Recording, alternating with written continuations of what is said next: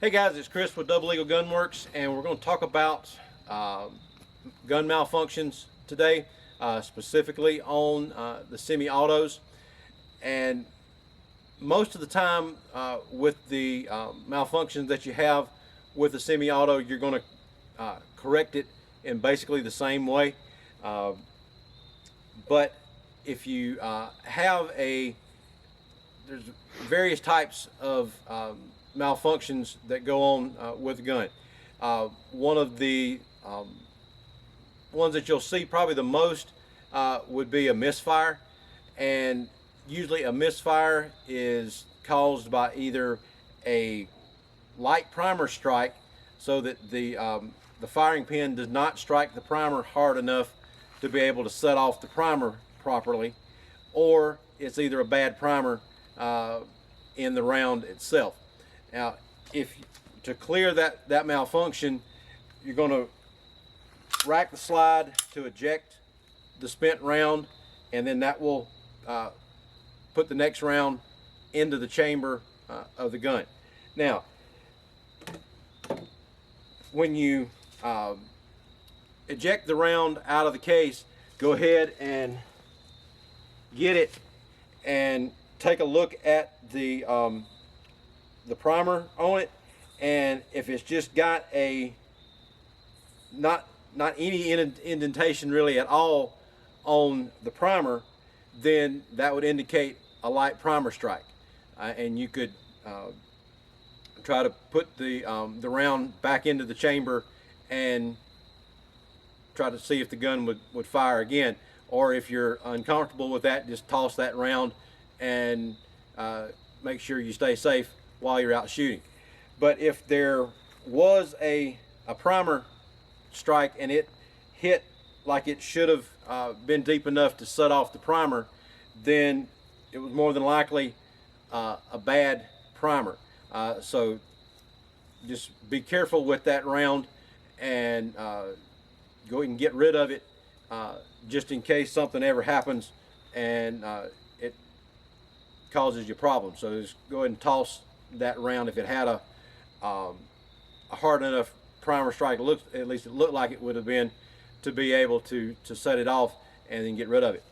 Now, another issue that will be a problem for semi-autos, and this happens in revolvers as well, but it's more of an issue probably with the semi-autos, would be a squib load.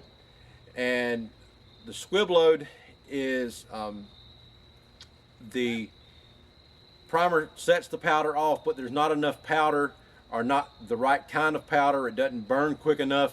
For some reason, it doesn't generate enough pressure in the case to be able to push the bullet all the way out the end of the barrel. So the bullet gets stuck somewhere in the barrel. Now, a squib load is going to sound different than your normal shot that you would hear when you shoot the gun.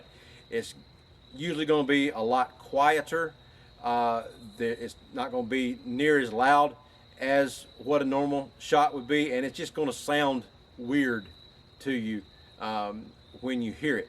So if you hear anything that sounds different, stop shooting right away, because if you've got a round stuck in the barrel, you do not want to shoot another round on top of that thing, because that's going to be 2 rounds trying to go down the barrel. And if the next round is a full power load and it hits the obstruction in the barrel, then that pressure's got to come somewhere, and it's either going to blow everything back towards you, or it's going to blow the gun apart.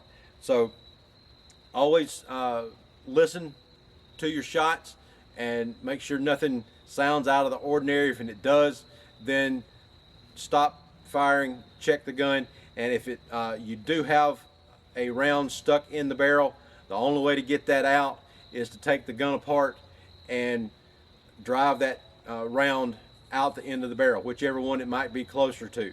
If it's closer to the end of the barrel, then go from the chamber in and drive it out. Take it like a wooden dowel that's just a little bit smaller than the size of the the barrel itself and push it on out. If it's closer to the chamber, then you drive it from the end of the barrel and back into the chamber. But always check your barrel if you hear something weird while you're shooting. Now, another malfunction that you're going to get, and it's hard to demonstrate with when it doesn't actually do it on its own, but would be a stovepipe. Well, so what a stovepipe is going to be is, I'm going to try to release that chamber again, but the bullet or the case, when it gets extracted, it doesn't get pulled all the way out, so it gets stuck in the ejection port, and it blocks the slide from being able to close fully, and it looks like a stovepipe when the top of the empty case is sticking up like that. Okay, to clear the stovepipe, you got the case sticking out of the top of the gun there. You're going to rack the slide, and if you've already dropped the magazine, then it's going to just drop out the magazine. Well, if the magazine's still in there, then you would just tip the gun over to the side, let that round fall out, and then release the slide. One other one that I failed to mention is just a failure to extract. Had that happen on this gun the last time I was shooting. Never had it happen on this one before, so it's just kind of an oddity that it just didn't happen to pull out one round. But what happened was the extractor did not grab onto the case for some reason, and it didn't pull it out of the chamber when the slide started going to the back after the shot. So then when the slide started going back forward and tried to push the next round in the chamber was blocked, so it jammed the gun up. So on a malfunction like that, you got to drop the magazine out and take the pressure off of the magazine, and then if the extractor did not grab the round, then you're going to lock the slide to the back, and you may have to manually drop the round out of the barrel, or if it's really stuck in there and you can't get the extractor to grab it, then you might have to tap it out from the end of the barrel. And then check that case good when you get it out to see if there's damage on the case, to see what might have caused it to get jammed in the chamber at the time. And it could have just been the way that it was pushed into the chamber, and the extractor for some reason didn't grab onto the case head there when it was loaded into the chamber. So those are your main types of malfunctions, and usually the way to clear those other than the squib load in a semi-auto is going to be to rack the slide, dump out the bad round, and then go about your shooting. And you can, if you've had to drop the magazine, of course, reload the magazine, rack the slide, get it your next round in. So check out doubleeaglegunworks.com for more information, and like and subscribe down at the bottom if you like the video.